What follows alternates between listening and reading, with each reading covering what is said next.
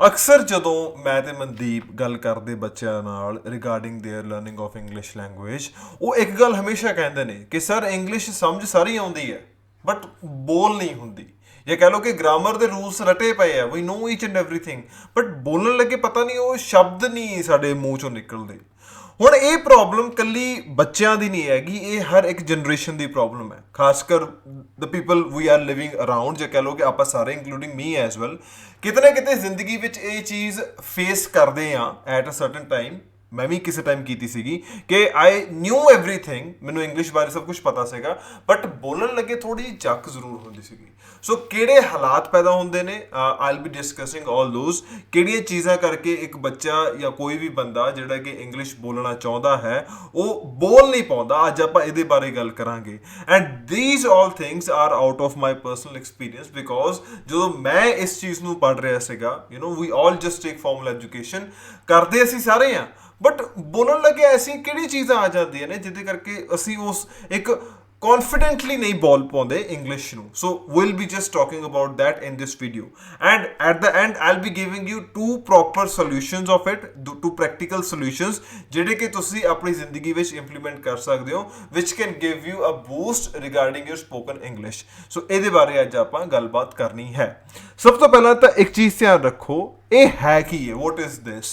ਸੋ ਮੇਰੇ ਅਕੋਰਡਿੰਗ ਜੋ ਮੈਨੂੰ ਕਈ ਵਾਰੀ ਲੱਗਦਾ ਹੈ ਕਿ ਜਦੋਂ ਕੋਈ ਵੀ ਬੱਚਾ 10th ਵਿੱਚ, ਜਾਂ ਕਹਿ ਲਓ ਕਿ 10th ਤੋਂ ਪਹਿਲਾਂ ਇੰਗਲਿਸ਼ ਨੂੰ ਪੜ੍ਹਦਾ ਹੈ, ਜਾਂ 12ਵੀਂ ਤੋਂ ਪਹਿਲਾਂ ਇੰਗਲਿਸ਼ ਨੂੰ ਪੜ੍ਹਦਾ ਹੈ, ਜਾਂ ਈਵਨ ਅਸੀਂ ਆਇਲ ਸੈਂਟਰ ਦੇ ਵਿੱਚ ਵੀ ਇੰਗਲਿਸ਼ ਨੂੰ ਪੜ੍ਹਦੇ ਹਾਂ, we do not focus on the practical application of that language.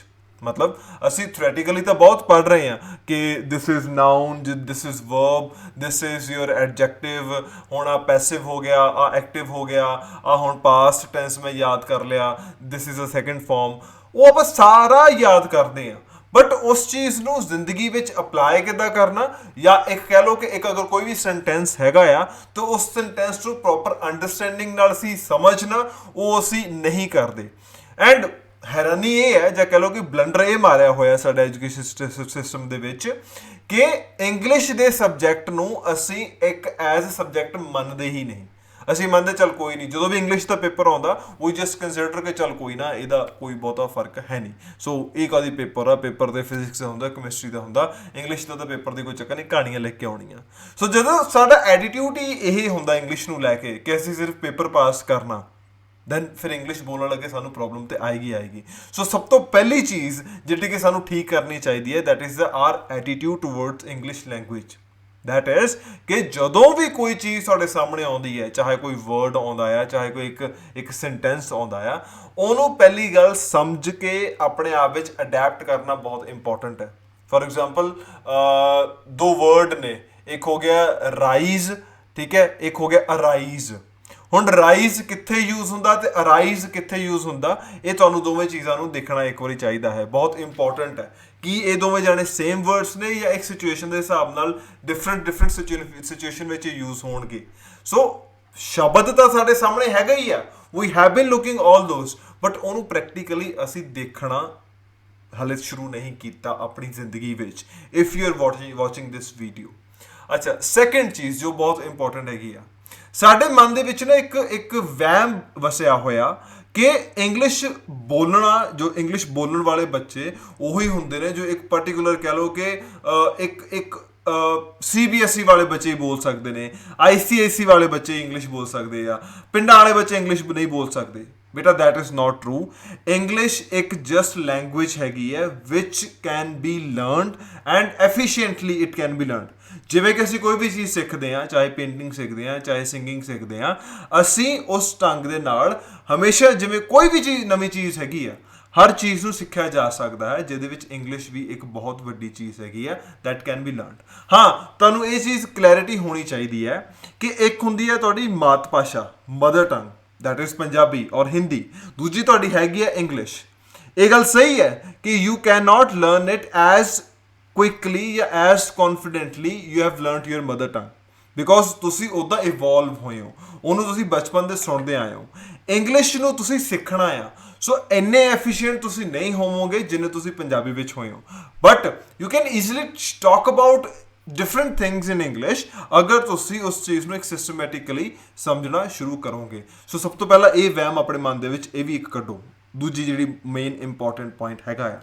ਅੱਛਾ, ਥਰਡ ਇਹ ਹੈ ਕਿ ਜਦੋਂ ਵੀ ਅਸੀਂ ਕੋਈ ਇੰਗਲਿਸ਼ ਬੋਲਦੇ ਹਾਂ, ਕਿਤੇ ਵੀ ਕੋਈ ਗੱਲਬਾਤ ਕਰਦੇ ਹਾਂ, ਤੇ ਅਸੀਂ ਸਾਡਾ ਕੋਈ ਨਾ ਕੋਈ ਮਜ਼ਾਕ ਉਡਾ ਦਿੰਦਾ, ਤੂੰ ਬੜੀ ਇੰਗਲਿਸ਼ ਬੋਲਣ ਲੱਗ ਪਿਆ ਅੱਜ ਕੱਲ੍ਹ, ਅੰਗਰੇਜ਼ੀ ਸਿੱਖਦਾ ਹੈ। So that kind of peer group ਉਹ ਤੁਹਾਨੂੰ ਇੱਕ ਤੁਹਾਨੂੰ ਥੱਲੇ ਸੱਟਦਾ ਆ, ਤੁਹਾਨੂੰ ਡੀਮੋਟੀਵੇਟ ਕਰਦਾ ਆ। ਹੁਣ ਮੈਂ ਇਹਦੇ ਵਿੱਚ ਕਸੂਰ ਤੁਹਾਡਾ ਹੀ ਕੱਢੂੰਗਾ, ਕਿਸੇ ਹੋਰ ਦਾ ਨਹੀਂ ਕੱਢੂੰਗਾ। ਕੋਈ ਤੁਹਾਨੂੰ ਕਹਿ ਰਿਹਾ ਠੀਕ ਹੈ, ਤੁਸੀਂ ਆਪਣੇ ਦਿਲ ਤੇ ਕਿਉਂ ਲਾ ਰਹੇ ਹੋ? ਜੇ ਕਿਸੇ ਦੀ ਗੱਲ ਦਾ ਤੁਹਾਡੇ ਦਿਲ ਤੇ ਕਿਉਂ ਅਸਰ ਹੋਣਾ ਚਾਹੀਦਾ ਜਦ ਕਿ ਗਰੋਥ ਤਾਂ ਤੁਹਾਡੀ ਆਪਣੀ ਹੈ। ਸੋ ਥਰਡ ਚੀਜ਼ ਕਿ ਤੁਹਾਡਾ ਜੋ ਟਾਰਗੇਟ ਹੈ that is to learn English and speak it confidently, ਉਹ ਤੁਹਾਡਾ ਟਾਰਗੇਟ ਛੋਟਾ ਪੈ ਜਾਂਦਾ ਆ ਜਦੋਂ ਕੋਈ ਤੁਹਾਨੂੰ ਇੱਕ ਮਿਹਣਾ ਮਾਰ ਦਿੰਦਾ। ਕਿਸੇ ਦੇ ਮਿਹਣੇ ਦਾ ਤੁਹਾਡੇ ਤੇ ਕੀ ਅਸਰ ਹੋਣਾ ਚਾਹੀਦਾ ਹੈ?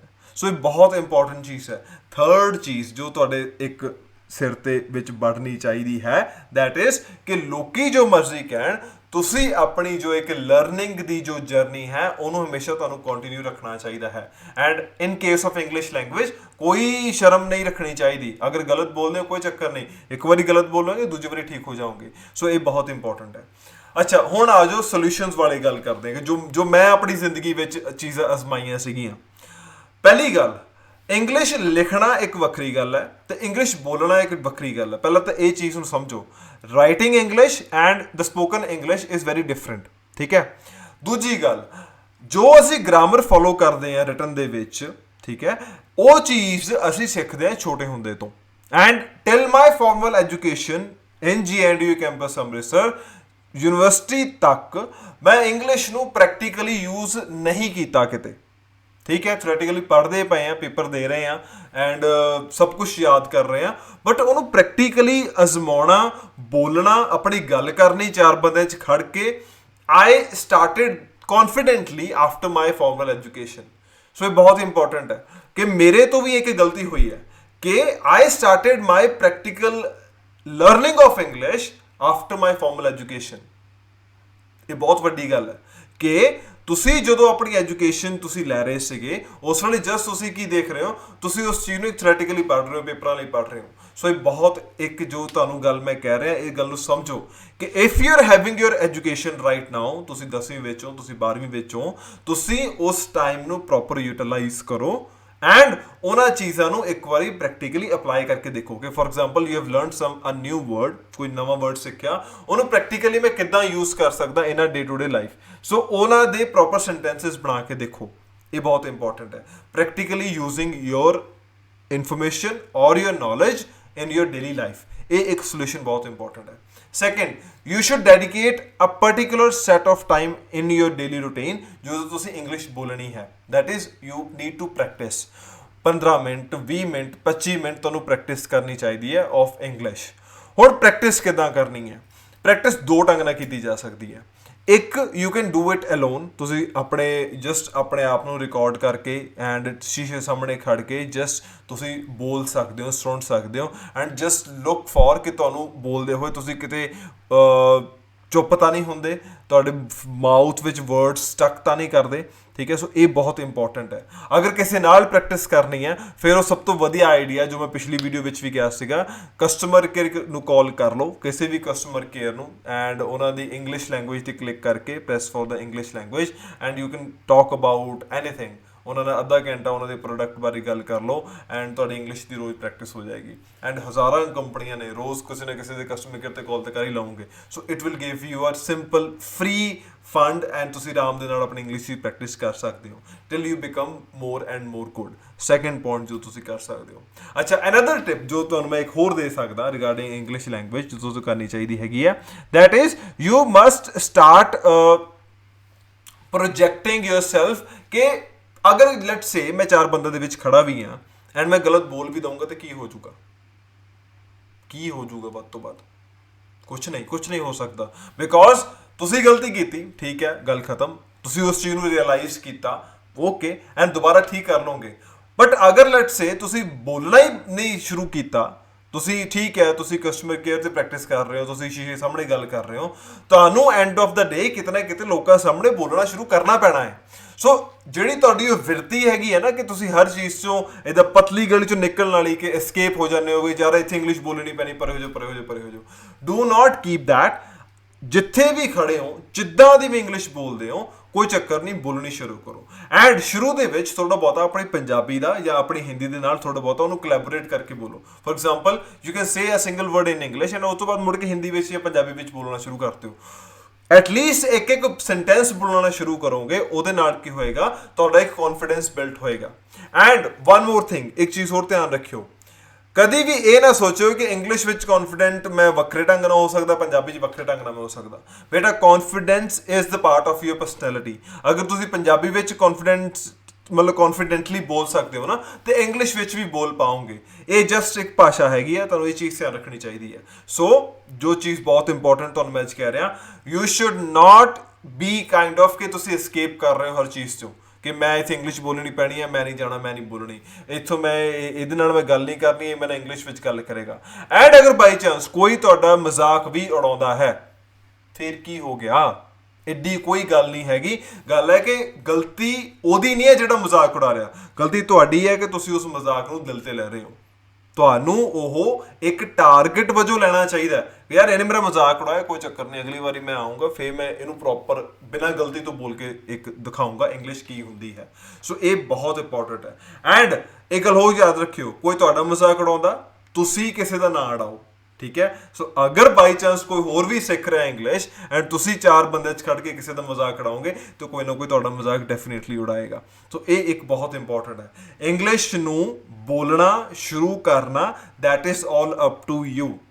ਤੁਸੀਂ ਜਦੋਂ ਪ੍ਰੈਕਟੀਕਲੀ ਹਰ ਚੀਜ਼ ਨੂੰ ਅਪਲਾਈ ਕਰਨਾ ਸ਼ੁਰੂ ਕਰੋਗੇ, ਲੋਕਾਂ ਦੇ ਵਿੱਚ ਖੜ ਕੇ ਬੋਲਣਾ ਸ਼ੁਰੂ ਕਰੋਗੇ, ਚਾਹੇ ਗਲਤੀਆਂ ਹੋਣ, ਇੱਕ ਨਾ ਇੱਕ ਦਿਨ ਐਸਾ ਆਏਗਾ you will start speaking good. And nobody is perfect. ਇੱਕ ਚੀਜ਼ ਹਮੇਸ਼ਾ ਯਾਦ ਰੱਖਿਓ, ਕੋਈ ਵੀ ਪਰਫੈਕਟ ਨਹੀਂ ਹੈਗਾ। I am still learning and I will learn till my end, but end of the day ਸਿੱਖਦੇ ਸਿੱਖਦੇ ਸਿੱਖਦੇ ਬੰਦਾ ਕਰਦਾ ਰਹਿੰਦਾ ਹੈ, ਹੋਰ ਸਿੱਖਦਾ ਰਹਿੰਦਾ ਹੈ, and finally he gets success. So I hope you are understanding what I am saying and ਇਸ ਚੀਜ਼ ਨੂੰ ਤੁਸੀਂ ਜ਼ਿੰਦਗੀ ਵਿੱਚ ਫੋਲੋ ਕਰਾਓਗੇ। ਐਂਡ ਅਗਰ ਤੁਹਾਨੂੰ ਹੋਰ ਕਲੈਰਿਟੀ ਚਾਹੀਦੀ ਹੈ ਇਸ regarding, and you can just comment me in the comment box, ਮੈਨੂੰ ਹੋਰ ਕਲੈਰਿਟੀ ਨਾਲ ਸਮਝਾ ਦਊਂਗਾ। And well, this is Ekam and signing of. Thank you so much.